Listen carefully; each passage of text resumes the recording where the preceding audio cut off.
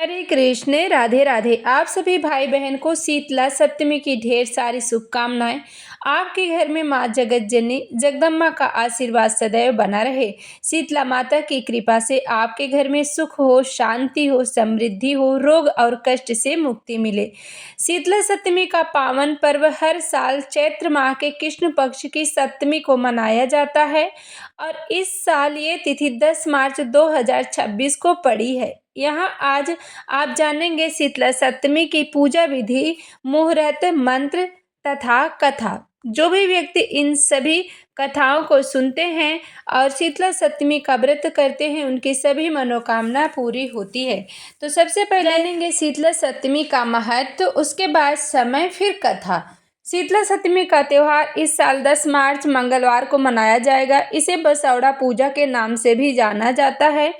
इस दिन लोग व्रत रखते हैं और माता की विधि विधान से पूजा करके वासी भोजन का भोग लगाते हैं, लेकिन कई लोग शीतला अष्टमी के दिन ये काम करते हैं। जो लोग शीतला अष्टमी पूजन करते हैं, शीतला सप्तमी के दिन भोग का भोजन तैयार करते हैं और जो लोग शीतला सप्तमी पूजन करते हैं, उस दिन चढ़ाया जाने वाला भोग षष्ठी तिथि की रात्रि में तैयार करते हैं। और इस साल सप्तमी का भोग 9 मार्च और 10 मार्च को तैयार किया जाएगा।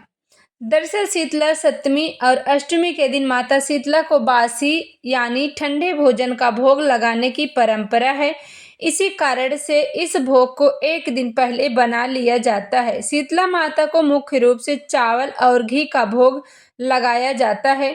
मान्यता है कि शीतला अष्टमी और सप्तमी के दिन घर पर चूल्हा नहीं जलाना चाहिए और ना ही घर में खाना बनाना चाहिए। चलिए जानते हैं शीतला सप्तमी की। शीतला सप्तमी पूजा 10 मार्च को 6:37 से 6:26 तक रहेगी। शीतला सप्तमी प्रारंभ हो रही 9 मार्च 2026 को 11:27 से। शीतला सप्तमी समाप्त होगी 11 मार्च 2026 1:54 पे।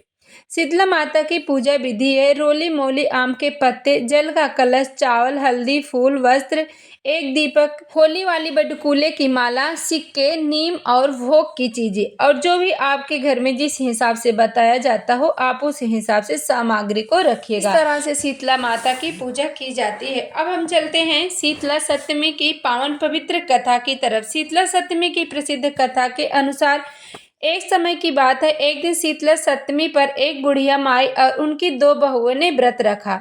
उस दिन घर के हर सदस्य को वासी भोजन ग्रहण करना था, इसलिए भोजन को एक दिन पहले ही तैयार कर लिया गया है। लेकिन बुढ़िया की दोनों बहुओं को कुछ समय पहले ही संतान हुई थी, इसलिए उन्हें डर था कि कहीं बासी भोजन खाने से उनकी संतान बीमार ना हो जाए। इसी कारण से उन्होंने शीतला सप्तमी के दिन बासी भोजन ग्रहण ना करके अपने लिए रोट सेक कर उनका चूरमा बनाकर खा लिया। जब सास ने बासी भोजन ग्रहण करने को कहा तो बहुओं ने काम का बहाना बनाकर टाल दिया। इनके इस कृत्य से शीतला माता क्रोधित हो गई और उनके नवजात शिशुओं की मृत्यु हो गई। जब सास को अपनी बहुओं की गलती का पता चला तो उसने दोनों को घर से निकाल दिया। दोनों अपने शिशुओं के शवों को लेकर एक बरगद के पेड़ के नीचे जाकर बैठ गई। वहीं पर ओरी व शीतला नामक 2 बहनें आई, जो अपने सर पे पड़ी जुओं से बहुत परेशान थी। दोनों बहुओं को उन पर दया आ गई और उन्होंने उनके सिर से जुएं निकाल दी, जिससे उन्हें कुछ चैन मिला और उन्होंने बहुओं को आशीष दिया कि तुम्हारी गोद हरी हो जाए। बहुओं ने कहा कि हरी भरी गोद ही लुट गई है। इस पर शीतला ने तड़ाक लगाते हुए कहा कि पाप कर्म का दंड तो भुगतना ही पड़ता है। बहुओं ने पहचान लिया कि ये साक्षात शीतला माता हैं। दोनों माताओं के चरणों में गिर गई और क्षमा याचना करने लगी। माता को भी उनके पश्चाताप करने पर दया आ गई और माता ने उनके मृत बालकों को जीवित कर दिया। इसके बाद दोनों खुशी खुशी गांव लौट आई। इस चमत्कार को देखकर सब हैरान रह गए। कहते हैं इसके बाद पूरा गांव माता को मानने लगा और शीतला सप्तमी का व्रत रखने लगा।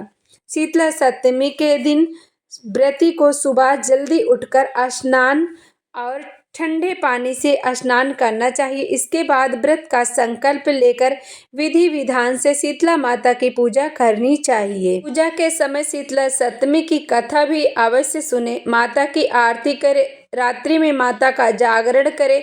इस बात का ध्यान रखें कि शीतला माता की पूजा में दीपक नहीं जलाया जाता है। अगर घर पर माता शीतला की प्रतिमा नहीं है तब एक मटके पर स्वास्तिक का चिन्ह बनाकर उनकी पूजा करें। शीतला सप्तमी पर माता को लगाए जाने वाला भोग एक दिन पहले ही तैयार कर लिया जाता है। इस मीठे भोग के चावल, पूड़ी, बेसन की सब्जी, गुझिया, दही बड़े आदि हैं, लेकिन इस दिन का मुख्य भोग दही, मीठे चावल और मालपुआ है। अगले दिन माता को इन चीज़ों का भोग लगाने के बाद परिवार के लोग एक साथ बैठकर इस भोग को ग्रहण करें और जो भी व्यक्ति इस पावन पवित्र कथा को सुनते हैं उनकी सभी मनोकामना माता रानी पूरी करती हैं।